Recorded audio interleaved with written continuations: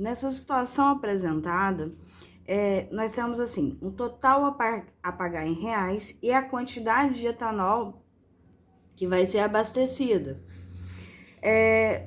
Isso são chamados de quê? De variáveis. E a gente pode classificar como uma variável dependente e uma variável independente. Nesse exemplo, o total a pagar é a variável que depende de quantos litros a gente vai colocar.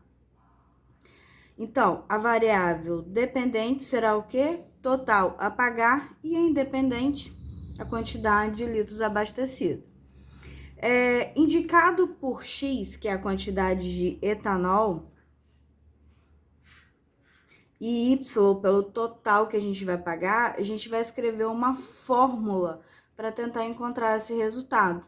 Que a gente vai colocar, ó, Y é o total que a gente vai pagar, que vai ser classificado por X, que é o total de litros que a gente vai abastecer, e o valor de cada litro. Quanto que é cada litro? R$3.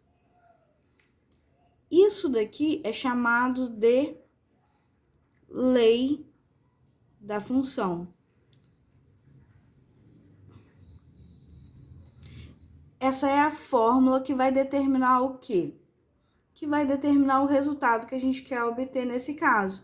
Então, ela descreve a relação entre a variável x e a variável y. Além de y, a gente pode usar a notação também f de x igual a 3x, onde x vai ser o quê? A quantidade de litros que a gente vai abastecer.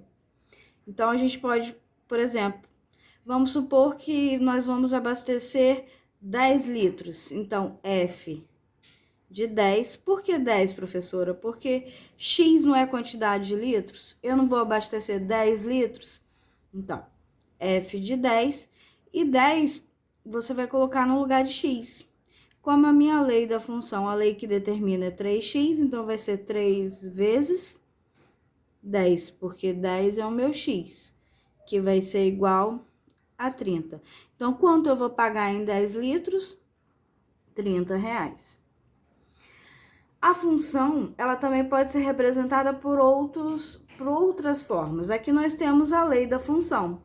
Só que, além da lei da função, nós temos outros tipos, que são tabelas, fórmulas, que é a lei, diagramas, gráficos. Na página 103, temos alguns exemplos, ó. Nós temos aqui diagrama, nós temos aqui um gráfico, e nós tivemos aqui a nossa fórmula, que é a lei da função. Na página 104, tem a seguinte questão. Como em função cada valor de x relaciona-se a apenas um valor de y, seu gráfico deve ter apenas um único ponto, um único par de coordenadas para cada x. De maneira prática, se imaginarmos o traçado das retas paralelas em o eixo y, para cada uma delas deve cruzar o gráfico da função com um único ponto. O que isso determina? Em função, como nós colocamos, ó, y é igual a 3 vezes x, para cada valor, a cada único valor que eu colocar em x, eu vou ter um único valor que vai dar em y. Ó, y é igual a 3 vezes 1. Y vai ser igual a 3.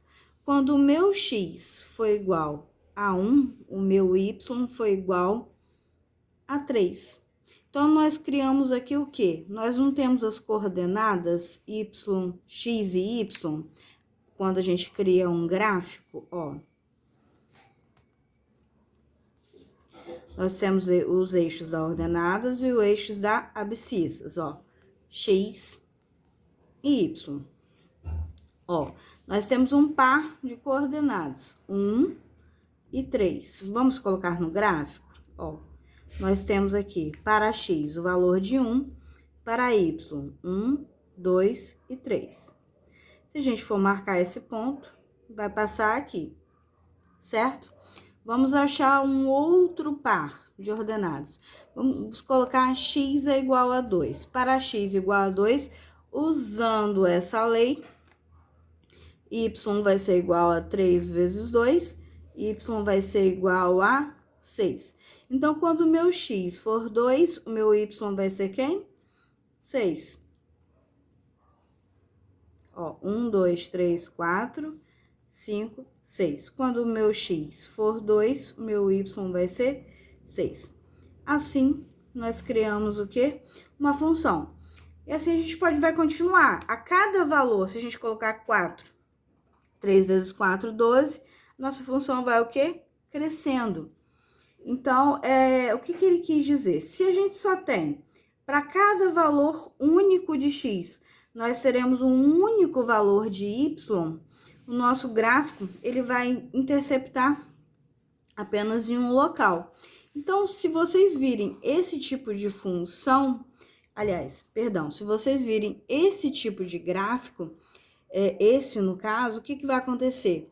Se vocês passarem uma reta assim, vai interceptar em 2 pontos. Se interceptar no gráfico em 2 pontos, não será considerado função. Por quê? Porque a cada um valor de x, nós teremos apenas um único valor de y. Nesse caso, se a gente passar, nós temos um único valor de x e um único valor de y. Aqui também, nesse ponto, um único valor de x e um único valor de y. Então, esse exemplo é considerado função.